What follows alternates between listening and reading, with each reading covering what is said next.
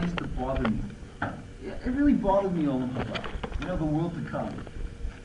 I didn't want to tell anybody, but I didn't really want to go there. I didn't really want to go. Messiah, Mashiach. It really bothered me. Right? Because they told me you're supposed to wait every day for Mashiach. And I really liked that. I really liked waiting for Mashiach. I really liked the anticipation and getting closer to Mashiach and closer to Mashiach. I didn't want it to come. Because then what would be? You know, no, that one's going to be. That's it. You know, we're finished. And Olam Haba, that's it. You know, they tell you about the Olam Haba. You better do that mitzvah. You got Olam Haba. Oh no, you're going to go to hell. Oh, you're going to go to Olam Haba. Oh, no. I don't want to go to Olam Haba. I mean, I don't want to go to hell either, but I certainly don't want to go to Olam Haba. You know, because what is Olam Haba? I mean, what do people think of Olam Haba? Olam Haba is, you know, hey, this is it. Hey, I made it. Olam Haba. Yeah, this is it. Yeah, I mean, I worked my whole life, did all my mitzvahs. I struggled, and I guess, you know, this is the place you vacation in. Yeah, this is it. And we made it. It's all completed now. Right? There's really nothing more to do anymore because I've done it all, and it's being done. And here we are, the payoff. You know, I came up here with my mitzvahs, and I cashed them in, and here I am. You know, just infinitely resting in the Son of God, just kind of doing nothing. Everything ready-made, everything done, breakfast in bed. You know, everyone's feeding me and doing things for me, and there's nothing that I have to do anymore because I spent my time in jail. I was in Olam Hazeh. I was in the world, and I spent my time in the work, the struggle, the achieving, the working, the growing, and now I've grown. I've made it. I'm in the grown. I'm in the completed. I'm in the completion. I'm in the perfection. Kind of boring up here, no? What do we do now? I didn't want to go to Olam Haba. Because if that's Olam Haba, then after all my work, I get to this incredible state of static perfection that it's all finished, and it's all done, and this is the top of the mountain. There are no more mountains to climb from here. You climbed it, and here we are on the top of this mountain, looking around. I didn't want it. It's really boring. And nobody wants that Olam Haba. And that's why it doesn't interest people. You see, you want to talk to people about Judaism, they say, hey, you want Olam Haba? You want to get there? Come on. Oh no, you'll go to hell if you don't do mitzvahs, right? You think that's going to motivate people to come back to Judaism? They're going to Olam Haba. Right? When they're sure that Olam Hazeh is much more fun?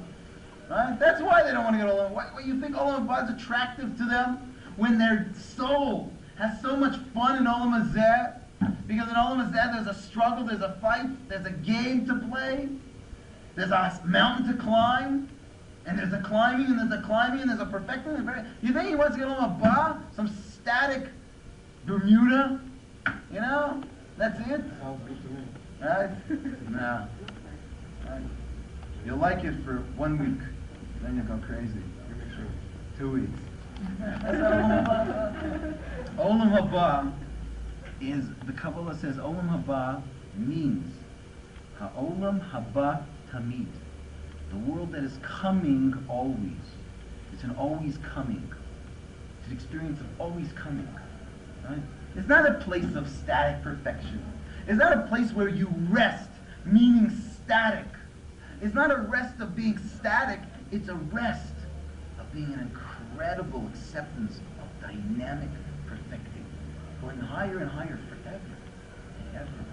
Always going higher. Always getting that pleasure of going closer and coming closer and coming closer. That's Olam Haba.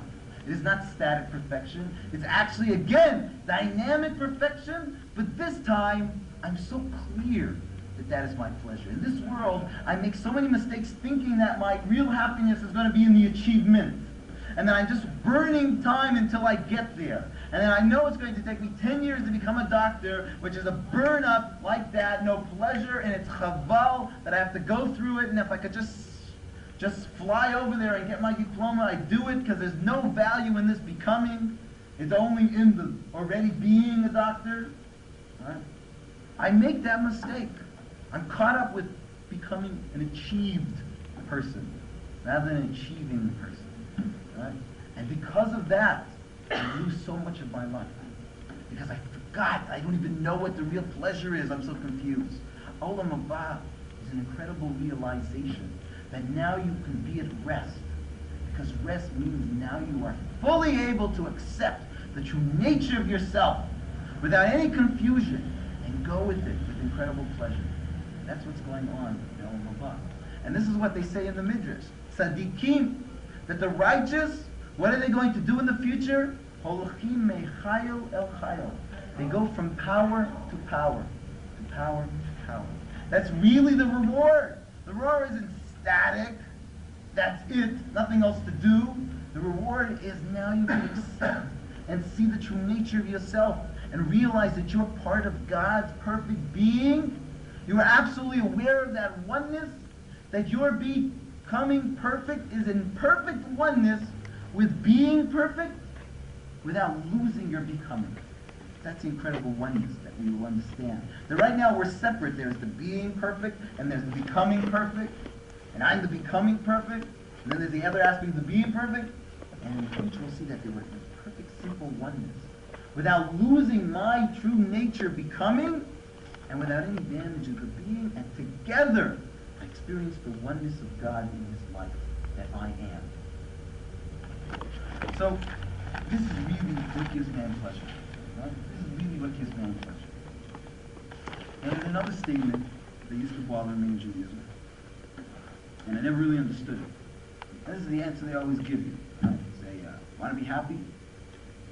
I want to be happy. Miha Shiur, Hasamech b'chalko. Who is the rich person? A person who's happy with his portion. Right? What is your portion? Right? You're poor. You're nothing. You didn't get anywhere. Be happy with your portion.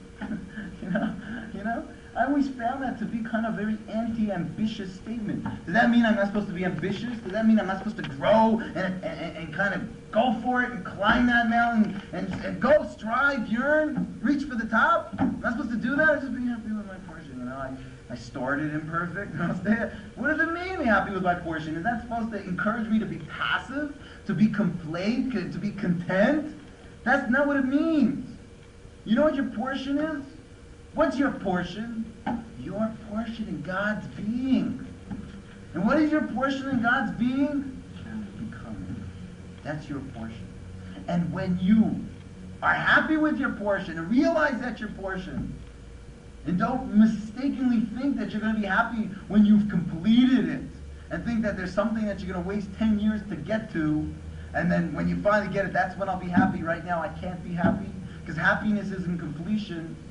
You got it all wrong. Happiness is in completing. If you get to the point of completion, it'll only make you happy when you see that there's another mountain to climb. Because completion, really for you, is just a dot on the line of becoming. It's just another place of becoming.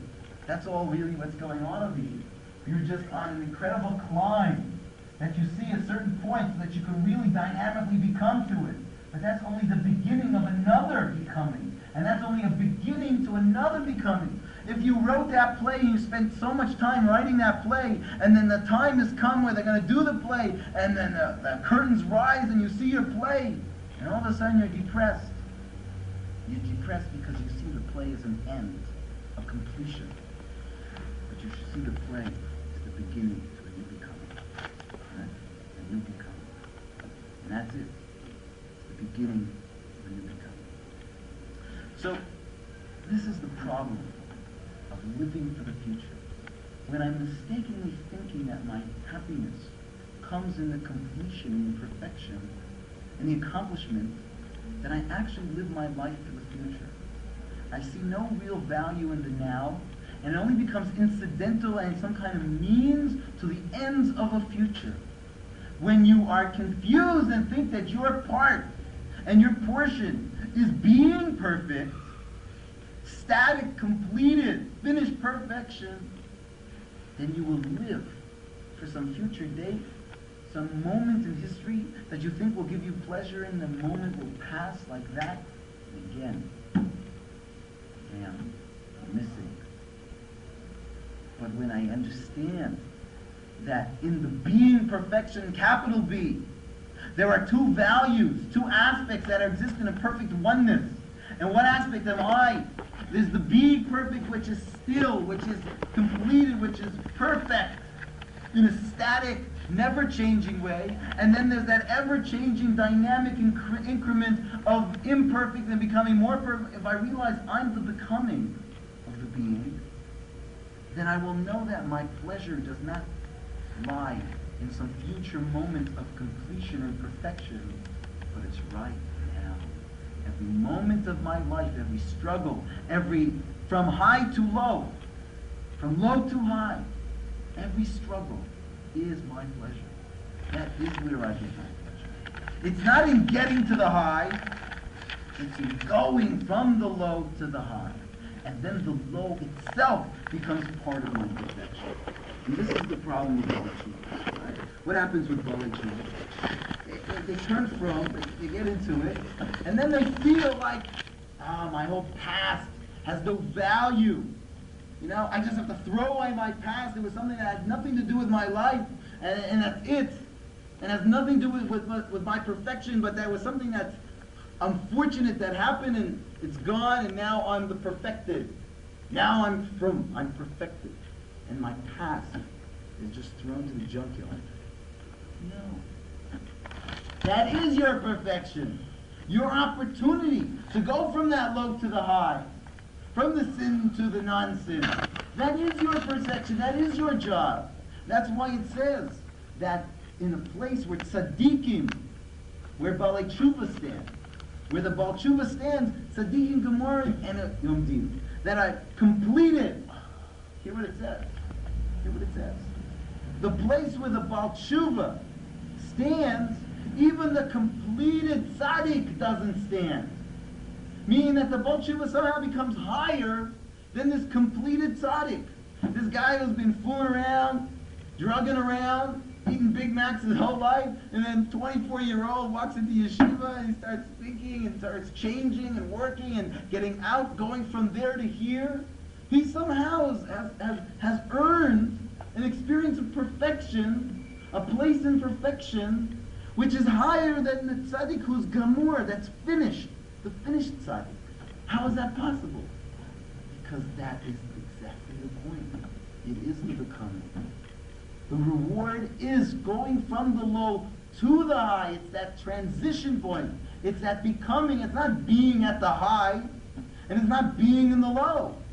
It's that struggle and that process of coming from the low to the high is your very position in the graph of dynamic perfection. That is your reward. That is your reward, to be able to do that.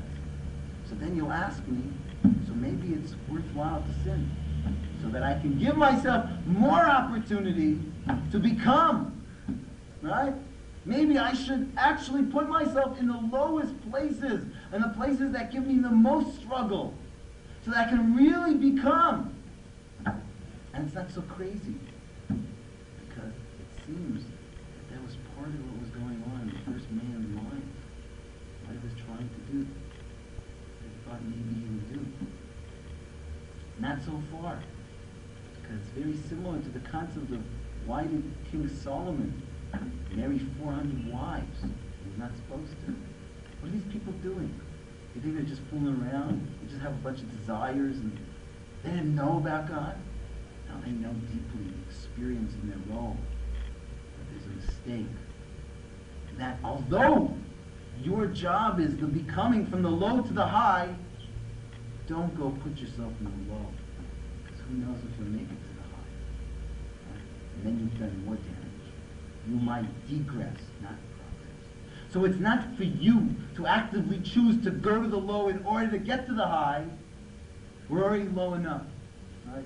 There's plenty of room to become more and more and more forever. Any questions?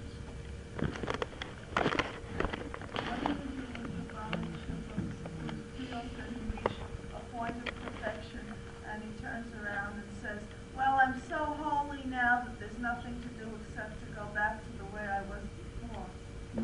reach perfection. When you reach perfection, it'll be the ultimate destruction of your essence.